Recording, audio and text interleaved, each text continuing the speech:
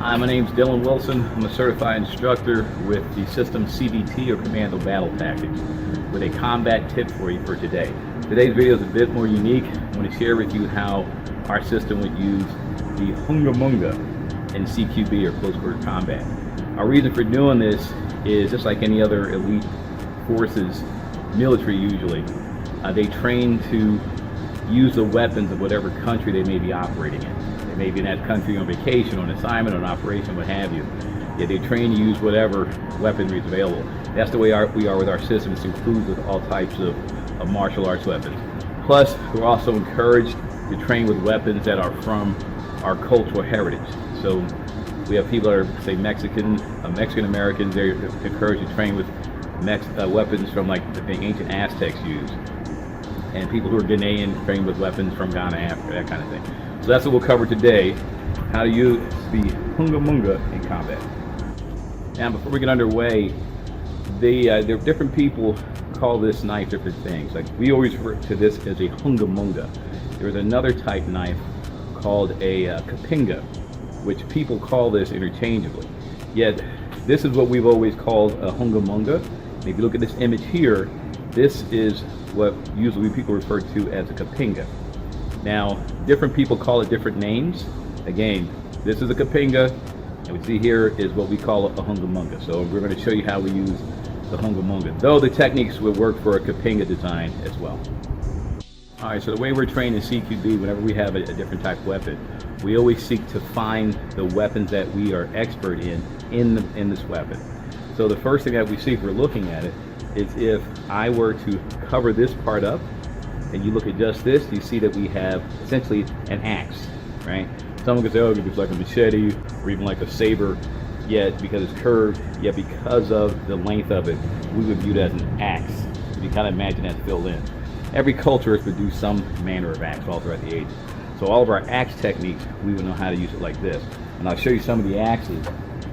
These are just some of them. Now, some of them are, this is an axe, and these are tomahawks, right? So all our techniques that we use with these weapons, we could use with the Hunga Munga. You notice with the tomahawks, they also have an additional weapon known as a spike, which I'm going to cover in a moment. So all the techniques that we would use with this is what we would use with that portion of the Hunga Munga. Now, the next weapon, because there's actually, several weapons in the Hunga Munga. The next, after the axe, if you turn it around, and I cover this part up, if you notice, that's a scythe or a sickle. And every culture around the world has produced some manner of sickles. Usually it's for harvesting wheat or grains or rice or something. A sickle and also a spike. And if you look at this, I'll show you again another example. This is a classic type sickle.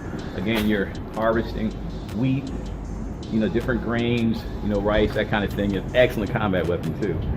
Or a spike, right? So all the techniques leveraging sickles or even spikes you can do with the Hunga Munga. Now, there's one other thing, is if you notice with this surface in here, which is very unique, it has a continuous cutting surface. It's actually excellent for instantly amputating limbs, chopping off limbs, and actually decapitation, taking the head right off. And it could be we call a complete decapitation, which takes it completely off, a hemi-decapitation, which cuts halfway through, or semi-decapitation, this whole area. And it's reminiscent, or a knife that would remind you of this would be the Gurkha kukri knife, right? So if you notice, the Gurkha kukri knife is designed, once again, for the same function. It has the weight and design to take a limb off, and it's notorious for taking heads off. So with the exact same design, so you see there's a similar design in the Gurkha kukri as it is in the Hunga Munga. Both designed for, again, amputations or decapitations. There is a way that we would hold this for CQB. CQB means close quarter battle. Now, ideally, the Hunga Munga Kpinga were all projectile weapons. These are weapons that you would actually throw. Warriors would carry them behind their shields, several of them behind their shields, and then when they get to a certain distance, they would throw them. And we're going to cover how to throw, ways that we were using to project them later on in this video. Yet I just know they primarily were used for throwing, yet they were also used for CQB, for close quarter battle, when they're up close and personal. So how will we actually hold this? So we have different postures in CBT, and so one of them is called frontal posture. So we would hold it like this with this side facing forward, right? And I'm going to show you why. This is with either, if we just had a, the Hunga Munga itself, we'd be here with it, or if we were using in conjunction with a sword, we'd be here with it. I'll show you the other side. So we're here. This could engage another weapon, engage a sword, something like that, right? Similar to a sword and knife, same kind of thing. Now, why do we hold it that way? Well, when you look at it, and this is a trainer first imagine. Yeah, let's say if you're used to holding your knife like this or like this, as you're maneuvering, you see that knife is coming close to you. If you have this spike facing inward, here's what can happen. When you're here, the moment you bring it back, look at that. You've already stabbed yourself. I've already impaled myself just bringing it back. And it's easy to do that, right? Or even if you're maneuvering around, you can easily cut your arm. So it's better to keep it this way because you can still maneuver now and not be concerned about cutting yourself or getting entangled with your other weapons. In future videos, we're going to show you some more. I'll have one of my partners here and we'll run through some techniques to show you some drills and things with it as well. Yeah, that's how we would hold it. Either out here with the spike facing forward, here, what we call natural posture, frontal posture, side posture. It's always with the spike facing forward. So again, primarily the Hunga Munga is a projectile weapon. So there's a couple ways that we throw it. And for CQB, which is it's close, so like maybe 6 feet or closer, we would actually turn it like this. Because at 6 feet, it's not going to rotate very much. If we throw it like this, in 6 feet, which is a body length away, it's most likely going to land here, right? This part's so heavy, it's going to pass, and most likely hand here, which is not a bad thing. We also have the handle. This is a trainer, obviously. Yet we also have our handle sharpened, so this is also a spike. So if it lands on the handle, it actually still stabs into the target. Yet we don't want that because a lot of the momentum and energy is used up. So what we do is the same technique for when we project axes. So at close quarters, we use the axe like this and throw it. And so when it hits the target, it comes in, it does basically a quarter turn. This part hits and just splits the target in two like that, right? So it's the same philosophy with the Hunga Munga. You flip it around and project it. And now, when it does its quarter turn, this great big massive spike goes in and sticks. So if you're here, from in the CQB situation, and there's someone over there, you take it and you project it, right? And I'll slow that down a bit. So here, you turn it and you project it. And as it's released, it'll do a quarter turn and land right on that spike. Now, distances longer than 9 feet, we are here. There we go. And for distances that are 6 feet or closer, we are here. So that you're assessing that it's just going to do a quarter turn, or actually about a half a turn rather, and go right there. Boom. And that's how we project it. All right, the last thing I'm going to cover are our retention strategy. And I'll explain what that is. And you should, whatever weapons you're working with, should always have retention strategies in place for it. The only time when we really project any weapon, this includes the Hunga Munga, is really for two scenarios. In CQB, it's because the opponent has a longer reaching weapon, like they have a spear. Then when we project it, it'll outdistance the spear. Much easier doing that than trying to get around at the tip of the spear. Or if they have like a long sword or something. Or even if they have a shield and a sword, you can get the Hunga Munga strike in because you're not anticipating it. The other thing is if we have to go to the aid of one of our teammates. So we have, series or training where we train to fight as a team, right? So, it's the tactics are different.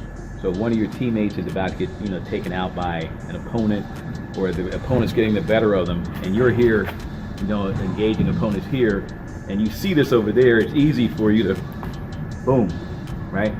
And just project it and hit the, your teammate's opponent, wound them or take them out, that kind of thing. So those are really the conditions that we would actually project it. Either we have someone who has a spear, and then we get them with it, and now the spear, they got the spear in their hand, and the Hunga Munga comes in and gets them right in the chest, right? Or again, we're aiding a teammate that we see in trouble, and we project it and take out the opponent that they're fighting. The key though is, here's the danger, because it doesn't always work out ideally in combat where, like in the movies, the things always hit the person and take them out. Yet in real life, they can glance off, they can hit, bounce off, they can miss, and now the opponent now can pick this up and throw it back at you, which is bad. You don't want that. So retention strategies are really denying the use of the weapon to your opponent, right? The most basic retention strategy, which is why in all of our weapons we have this, what is called a lanyard. Even in our trainers, we put lanyards on them, and there are specific reasons for why we do this. It's an anti-disarm technique. A lot of systems train in disarming you with knives and stuff. They don't train to do something when that happens. So they, go and grab your thumb and pop this out of your hand, and you just come right back here and you're back at them with a knife, right? We'll cover that in future videos on how to use the lanyard. Yeah, it's the same. It's the same retention strategy that we do with the Hunga Munga. And so with this one though, since it's a projectile weapon, we use essentially a retaining strap like this. Now I'm going to put this on now and then show you how it works. So what you see here is the setup when we have the retention strap on there. And what it is, I'll kind of break it down, there's actually three things happening. There's a loop that's on the wrist.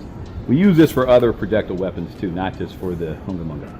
There's a loop that's on the wrist that we can quickly get out of. We prep the rope on our hand. You see how it hangs like this, so it can pay out freely. The similar thing with a grappling hook. So if you've ever had grappling hook training, how to deploy a grappling hook, right? This is how you would set up, one of the ways you set up a grappling hook, so it pans right out of your hand, the rope does, as the grappling hook is traveling.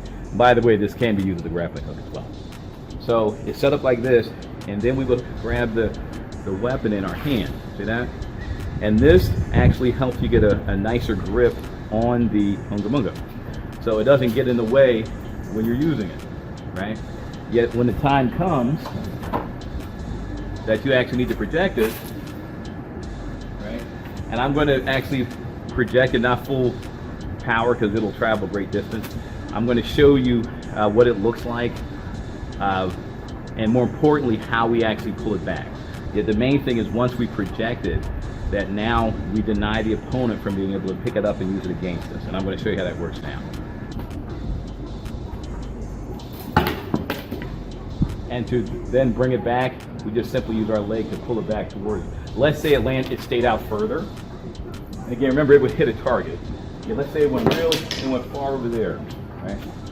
Which is really further than we would throw it anyway, usually 6 feet. To bring it back to us without taking our eyes off the opponent and our weapon still pointing at the opponent. We're here.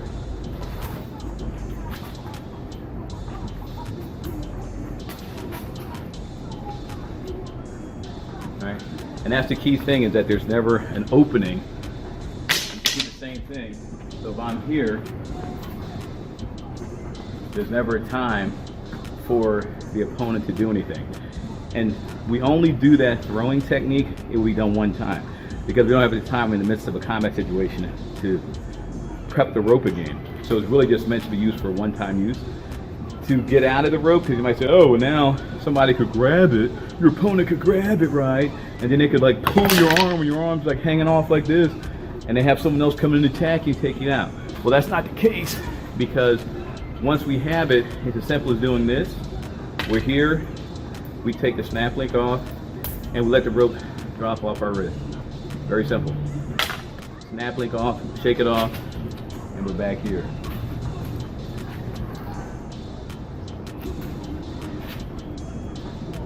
All right, and that's how we use some of the basics on how we would use the Hunga Munga in combat in CBT. In future videos, I'll actually share with you some of the drills that we do, and we'll actually show this, and we use it in combination with other weapons, even a Kopesh, as well as some of the combat drills, and you'll see it with opponents. We're actually doing techniques and stuff on people. If you have any questions or comments, feel free to leave them in the video below. Also, check out our website at commandobattletactics.com, or again on Facebook, check out our Facebook page at Commando Battle Tactics.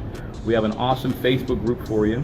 You join our group, you'll see videos and other tips. You can learn more about the system. Again, just go to commandobattletactics.com. My name is Dylan Wilson, certified instructor with CBT. See you next video.